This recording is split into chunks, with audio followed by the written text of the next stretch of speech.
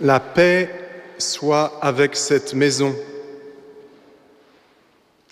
La paix soit avec vous. Ne serait-ce pas le souhait secret de chacun d'entre nous? N'est-ce pas le vœu inavoué de chaque mère de famille? Si on lui demande « De quoi as-tu besoin ?» « J'ai besoin de la paix.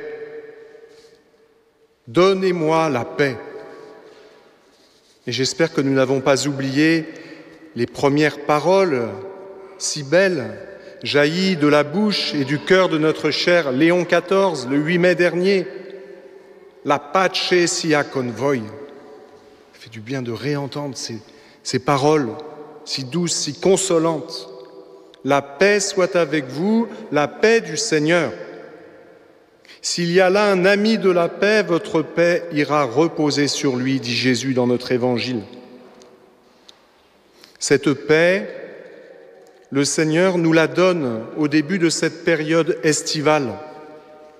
Il souhaite du plus profond de son cœur qu'elle repose au plus intime de nous, de nos vies. Saurons-nous l'accueillir?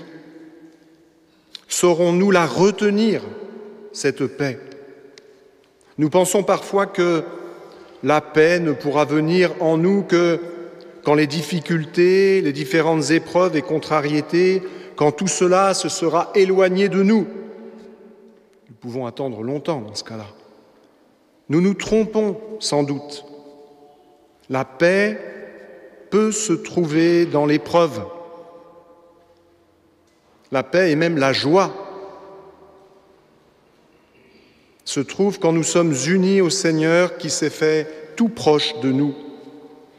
C'est dans ce sens, je pense, que nous devons comprendre les paroles de Paul dans notre deuxième lecture, qui nous dit ces mots un peu désarçonnants. « Ma seule fierté, c'est la croix de notre Seigneur Jésus-Christ. C'est d'être avec lui, avec le Christ. » Je pense que ces 2 mois d'été sont un temps de grâce,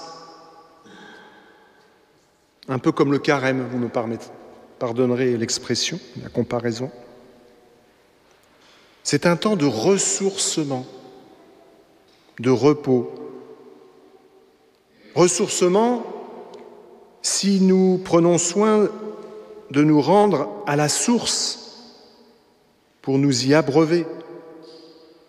Repos si nous acceptons de poser nos cœurs, nos âmes, nos vies, de les reposer sur celui qui nous a tout donné. Je ne dis pas que cet été est une retraite spirituelle, mais il faudrait qu'il y ressemble un peu. Dans mon petit éditorial, je me permettais de vous donner quelques conseils. Vous savez, quand je vous donne des conseils, c'est que, en fait, je me les donne à moi-même en premier, de vous les partager. Et je me les donne un peu tous les ans, les mêmes. Le premier, le plus important sans doute, c'est celui, en ce début de juillet, de prendre la résolution de prier. Je veux dire de prier davantage.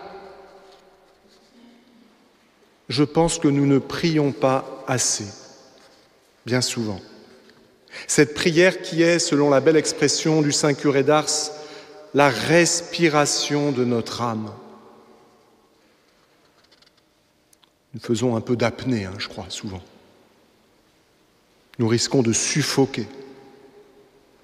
La respiration de notre âme que nous risquons d'oublier si souvent.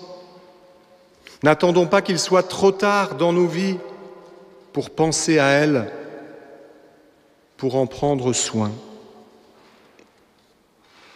Oui, ne passons pas en dessous des 5 minutes de prière, c'est vraiment un minimum par jour. Soyons sérieux. Deuxième point, nos lectures. Pendant cet été, essayons de lire un peu. Emportons un livre l'Évangile ou le psautier serait formidable, la parole de Dieu. On peut lire un petit passage, ou alors une vie de saint. Il va y avoir des canonisations à la rentrée, Carlo Acutis, Frassati, voilà, il y a des belles vies qui racontent leur vie, hein, donc essayons de les méditer, ça élève l'âme, ça nous fait du bien. Leur exemple nous entraîne à leur suite, ou plutôt à la suite de Jésus. Nous avons besoin d'une nourriture, quelque chose qui nous fasse grandir et pas seulement une lecture pour nous distraire, même si c'est bien. Bien sûr, vous me direz, il y a tous les contenus qu'on peut trouver, toutes les vidéos sur Internet, qui ne sont pas sans intérêt, mais qui ne remplacent jamais, je pense, une bonne et saine lecture qui nous apaise, qui nous apporte vraiment la paix. Rien ne remplace le contact avec un livre.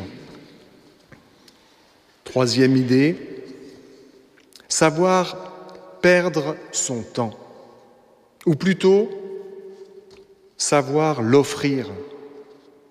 Notre temps est au fond notre seule richesse. Eh bien, nous ne devons pas en être avares. Sachons, apprenons à brûler du temps, gratuitement, avec joie, pour les autres, pour nos enfants, nos parents, pour des voisins ou des inconnus. C'est le Christ qui est présent en chacun d'eux. Et puis, reconnaissons-le, nous perdons tellement de temps dans des futilités. Alors restons libres de donner notre temps pour ne pas le perdre, le gaspiller. Puis dernier point, dernière idée, je vous dis, j'ai plein d'idées pour les autres. Ce que saint Thomas d'Aquin appellerait la tempérance, la mesure dans nos façons de vivre, de consommer, que ce soit de la nourriture, de la boisson, du contenu numérique. Gardons la mesure. Ce serait le comble que notre été soit la période où nous nous reposons le moins. Il faut penser à notre âme, mais il faut penser également à notre corps. Vous connaissez tous le proverbe chinois que je vais vous citer en français pour un médecin. C'est celui qui ne prend pas le temps de se soigner devra prendre le temps d'être malade. Donc il faut prendre soin de nous, dans notre corps et notre âme. Ne négligez ni l'un ni l'autre, parce que le Seigneur nous a donné l'un et l'autre, et le Seigneur aime l'un et l'autre. Alors, reposez-vous dans le Seigneur.